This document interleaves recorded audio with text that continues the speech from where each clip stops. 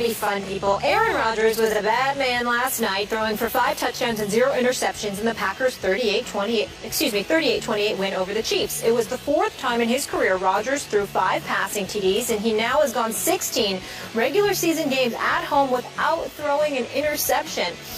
Rodgers has the greatest TD to interception ratio in NFL history of quarterbacks who have at least 1,500 attempts. And you may have heard about the other guys on this list. 2nd, Tom Brady, then Peyton Manning, Tony Romo, and 5th, Steve Young. You know what, Stephen A? The floor is all yours, my friend. Take it away. You know, it's interesting. It's interesting that you highlighted those things. I definitely appreciate it, particularly that last stat with TD to interception ratio. I have to listen to my compatriot across that table, whether it's via satellite or sitting right across from him in studio on far too many occasions, listening to his drivel about how Aaron Rodgers is not that bad of a man, how he talks about Tom Brady. It's so disgusting, so nauseating, so insulting, so disrespectful.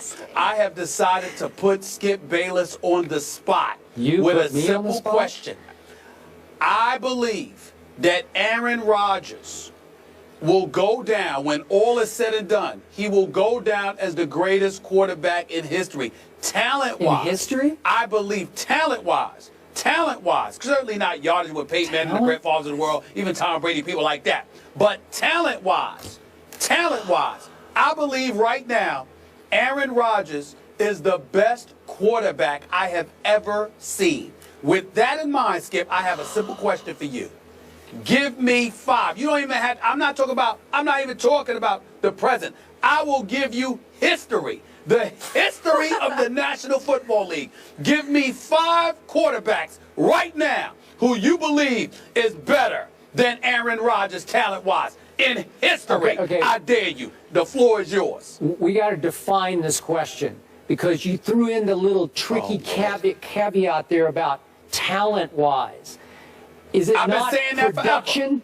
When we talk about quarterback play, isn't it what you did when it really mattered the most? Isn't that what we would define quarterback greatness? Or are we just doing eye-test talent? You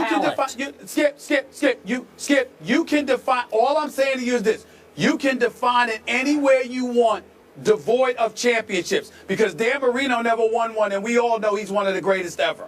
John Elway won 2, and the last 2 he won before he retired. That's when he had Terrell Davis. But we all know how great he was. Fran Tarkenton lost 4 Super Bowls. Jim Kelly lost 4 Super Bowls. But we know how great they were as quarterbacks. So we ain't talking championships, okay? Because that doesn't define your greatness as a quarterback, because this is a team sport. I'm asking you, omit that category. The floor is yours. Give me 5 quarterbacks in the history of football better than that man, Aaron Rodgers. Here we go. Okay, so I need to remind our viewers up front, just for the record, that the baddest man, says Stephen A., Aaron Rodgers, is 6-5 in the postseason. 6-5. That includes 4 straight wins as a wild card team to win his lone Super Bowl. And since that Super Bowl, long ago, he's 2-4 in the postseason. That's the guy we're trying to make this case for, okay? That's right. Let me pause before you get into that.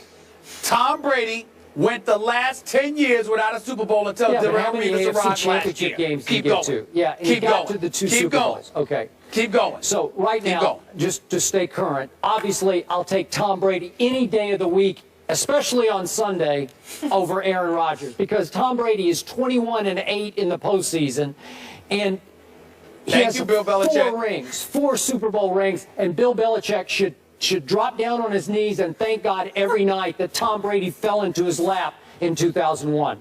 Next on my list is obviously the greatest quarterback ever right now, Joe Montana. That's probably going to be eclipsed by the great Tom Brady. But Joe Montana has 4 Super Bowl rings with a 16-7 postseason record. And if you want to talk about tap dancing in the pocket, you want to talk about beautiful ballet feet, this man had them, Joe Montana, and had a whip of an arm right there with Aaron Rodgers, to me, to my eye test sight. Now, number 3 on my list is the great John Elway, who has 2 Super Bowl rings and a 14-7 postseason record. And you don't remember this because it was before your time. John Elway could flat out fly out of the pocket. He was a sensational early career athlete who learned that it's probably best to stay in the pocket, and later in his career to hand off to your guy TD, right? Terrell Davis, because that's how you win Super Bowls, and he won 2 that probably could have been 3 if he'd come back for 1 more year. But I'll take him over Aaron Rodgers. And then number 4 on my list is a guy who could run rings around Aaron Rodgers, those great feet of his. Roger Staubach. As clutch a quarterback as I've ever seen. If I have one game for my life, I want Roger Staubach to start that game. They called him Roger Dodger because he could just escape and run and take off and sprint down the field. He had RG3 in him early in his career until he learned you probably can't survive that way in the NFL. Roger Staubach has 2 rings and an 11-6 playoff record. So now that's 4. And then the 5th guy on my list is this guy that you always disparage on this show named Brett Favre. Do you remember him early in his career? What a stud athlete he was. Could he not make people miss in the pocket? Could he not run down the football field in ways that Aaron Rodgers never thought about running? Brett Favre had the strongest arm in pro football early on. Brett Favre won 3 straight MVPs. Brett Favre did win only 1 Super Bowl, but at least he's 13-11 in the playoffs, which I think is a little better than 6-5 that Aaron Rodgers has right now. Maybe someday Aaron will get to 13-11 because that's the track he's on. But I'll just throw in Brett Favre because you're talking about talent, pure talent. Nobody had a cannon like Brett Favre's for the first 6 or 8 years of his career. So I just gave you 5 off the top of my head. I didn't even throw Marino in there. But if you just want to do eye test, just pure arm talent, nobody had more arm talent than Dan Marino did, including Aaron Rodgers. So I don't even know what you're talking about. I'm embarrassed we're doing this question. Thank you very much. Well, you should be embarrassed, but not over the question. You should be embarrassed by your ridiculous, asinine comments that you just made, so disrespectful towards the greatness of Aaron Rodgers. Let's go down the list, Skip Bayless. Let's keep in mind that coming into this season, his career stats, Skip, his career passer rating of 106 is number 1. That's number 1. You look at his completion percentage. Yes, it is. Oh, well, I do. I'm sorry, you don't get to speak for me. Zip it. You had your moment. Zip it. I'm talking. Chigga. That's right. Point number 2, completion percentage. Career, 65.8%. Wow. The touchdown rate is 6.5%. Wow. His interception rate at 1.6%, Skip Bayless. I mean, you talk yards per attempt. Number 3 all-time at 8.2. Now, let's look at this. Let's go down your list. Because we ain't going to even bring up Tom Brady because we know you and I ain't going to agree there, okay? We ain't going to agree there at all. So that's fine. Let's go down your list. Okay. He doesn't count.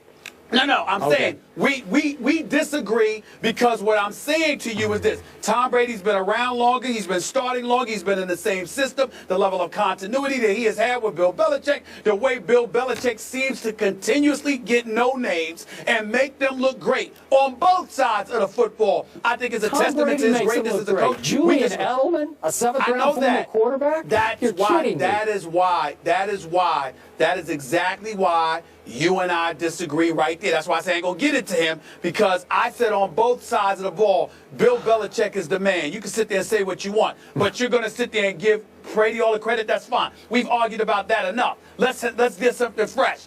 We got Montana here. Ooh, I got to admit, the 4 Super Bowl rings can't be denied his greatness. Joe Cool, okay, under pressure. I get all of that. So I can sit there and debate it with you, but I can tell you, even though Joe Montana could scramble, I never saw him throw a football the way that Aaron Rodgers threw a football. But that's fair because he's Joe Montana, all right? So I'm going to concede that you might have a point there. Not Brady, but Montana. But here's where you make me laugh. Elway wasn't as great as he was, and no disrespect to Elway, as great as he was, even you were willing to admit that we didn't see the Super Bowls until Terrell Davis arrived. Not to mention the fact that whether it was because he was throwing too hard, acting like he was playing outfield for the New York Yankees instead of quarterback for the Denver Broncos, there were some times when John Elway, this completion percentage wasn't that high, where receivers may have been dropping his passes, and there were times he didn't produce. Okay? So now let's get to He got 2 other teams to Super Bowls, okay? Just for the record. He got 2 bad teams to Super Bowls and got blown out. Go ahead. That's fair. All right. That's fair. He got annihilated. I guess he got annihilated, especially by the Redskins. But that's fine. That's fine. But then I'm looking at Roger Staubach. Okay, he was a champion. You don't miss the Navy. Love him. Love his service to our country. Good, great man. Is a phenomenal businessman since he stepped away from the game. But here's the thing about Roger Staubach. 22,000 career passing yards. Okay, are you kidding me? You could talk about what he did. His numbers don't even compare. And by the way, he was buffered by the doomsday defense of your Dallas Cowboys. Let's not forget that. Plus, he had great players with him. The Drew Pearsons of the world, the Tony Dorsett's of the world. I'm just saying. I'm just saying. So he's a Hall of Famer, but let's put it in perspective. Now let me get to my last point, because this is just absolutely hysterical. Brett Favre? You mean the Brett Favre with the career 62% completion percentage? You mean the Brett Favre who's thrown you think the Brett Favre who's thrown 336 interceptions in his career in 20 years has the same amount of Super Bowl championships as Aaron Rodgers? And you're going to tell me he was better than Aaron Rodgers? Ever. That guy. Yes, that guy. Yes. He does. Let me tell you, Skip, I'm going to say something to you that you might consider very blessed. You thought I was disrespectful before. Allow me to sit here and say this to you. I'll give Brett Favre all the credit in the world for being the Iron Man that he is with those consecutive games played. He certainly had big moments. He was a gunslinger and made big plays. He made big mistakes too. I'm telling you right now, Brett Favre doesn't even belong in this conversation with Aaron Rodgers. Okay. Not even in this conversation. Last question. Back to you. Not even in this conversation. As a young quarterback, which quarterback had more talent, Aaron Rodgers or Brett Favre? Just on pure, raw, God-given talent, which one has the most talent? I don't think that's a fair question. I don't think that's a fair question, because Aaron Rodgers was sitting on the bench for 4 years. What? I'm sorry, I didn't hear you. Say it again. Aaron Rodgers was sitting on the bench for about 3 or 4 years. Okay, but so what I'm saying to you is his first year starting, just as a young player, who had the most talent? No, his first year starting, there was nothing that he did was comparable to Brett Favre. Second year and on, yes, it was. Brett Favre, more talented than Aaron Rodgers as a younger player. Nope. Yes.